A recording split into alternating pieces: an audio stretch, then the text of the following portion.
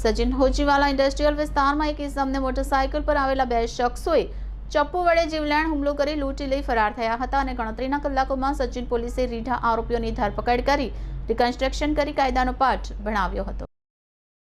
Sachin Hojiwala industrial વિસ્તારમાં અવારનવાર મજૂર કામદાર પાસેથી લૂંટની ઘટનાને અંજામ આપતા આરોપીએ ગતરોજ એક યુવકને મોટરસાયકલ પર આવેલા બે શખ્સોએ ચપ્પુ વડે હુમલો કરી ગંભીર ઇજા પહોંચાડી ભાગી છૂટ્યા હતા।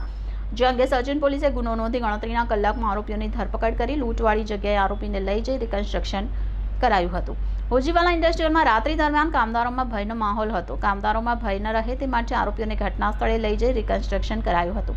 હોજીવાલા ઇન્ડસ્ટ્રીયલમાં ફરિયાદી સહિત માલિક અને કામદારોની સામે આરોપીઓને લઈ જઈ રિકન્સ્ટ્રક્શન કરાયું હતું। સચિન પોલીસ ઇન્સ્પેક્ટર દ્વારા લોકોને સૂચન કર્યું કે આવા સામાજિક તત્વોથી ડરવાની કોઈ જરૂર નથી અને કોઈ બીજા સાથે ઘટના બની હોય તો સીધા સચિન પોલીસ પાસે આવી ફરિયાદ નોંધાવી અને સચિન પોલીસ ઇન્સ્પેક્ટરની કામગીરીને ઇન્ડસ્ટ્રીયલના માલિકોએ બિરદાવી હતી। ગુનેગારોને સંદેશો આપતા સચિન પોલીસ ઇન્સ્પેક્ટરે કહ્યું કે કાયદામાં રહેશો તો ફાયદામાં રહેશો। સચિન પોલીસ સ્ટેશનમાં એક બોડી ઓફેન્સીસ દાખલ થયેલો હતો। બીએનએસની કલમ 118(1), 118(2), 352, 54 અને જીપી એક્ટની કલમ 135(1) મુજબ આ ગુનાના ફરિયાદી હતા દેવેન્દ્ર કુમાર જગરામ વર્મા।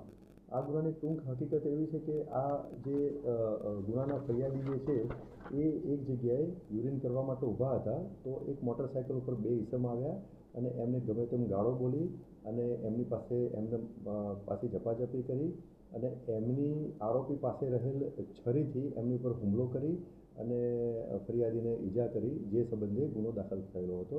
આ ગુનો અનડિટેક હતો અને ગુનાની તપાસ સ્થાનિક પોલીસ દ્વારા ચાલી રહી હતી। આ ગુનાની તપાસ દરમિયાન અમુક ચોક્કસ બાતમી સ્થાનિક પોલીસને મળેલી હતી અને અમુક પુરાવો એકત્રિત કરવામાં આવેલા હતા। જે અનુસંધાને બે આરોપીઓ મળી આવેલ અને બે આરોપીઓની પૂછપરછ કરતાં આ ગુનો કરેલાની કબૂલાત કરતાં આ ગુનાના કામે બંને આરોપીઓની ધરપકડ કરવામાં આવેલી હતી।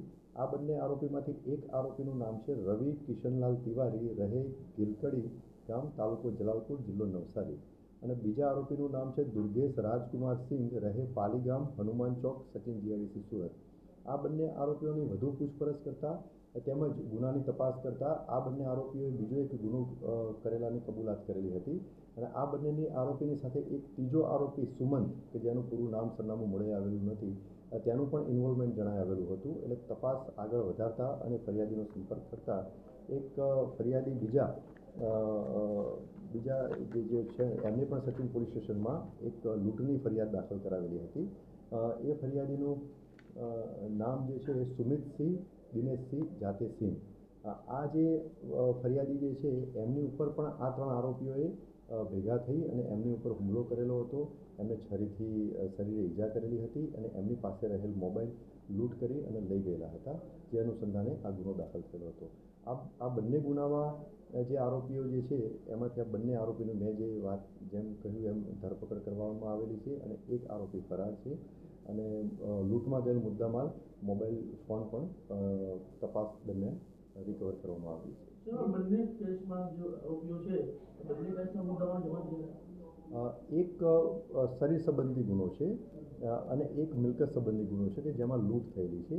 એટલે એક ગુનાનો જે મુદ્દામાલ જે છે એ રિકવર કરવામાં આવેલો છે। જે આરોપીઓનો કામ ધંધો શું હતો?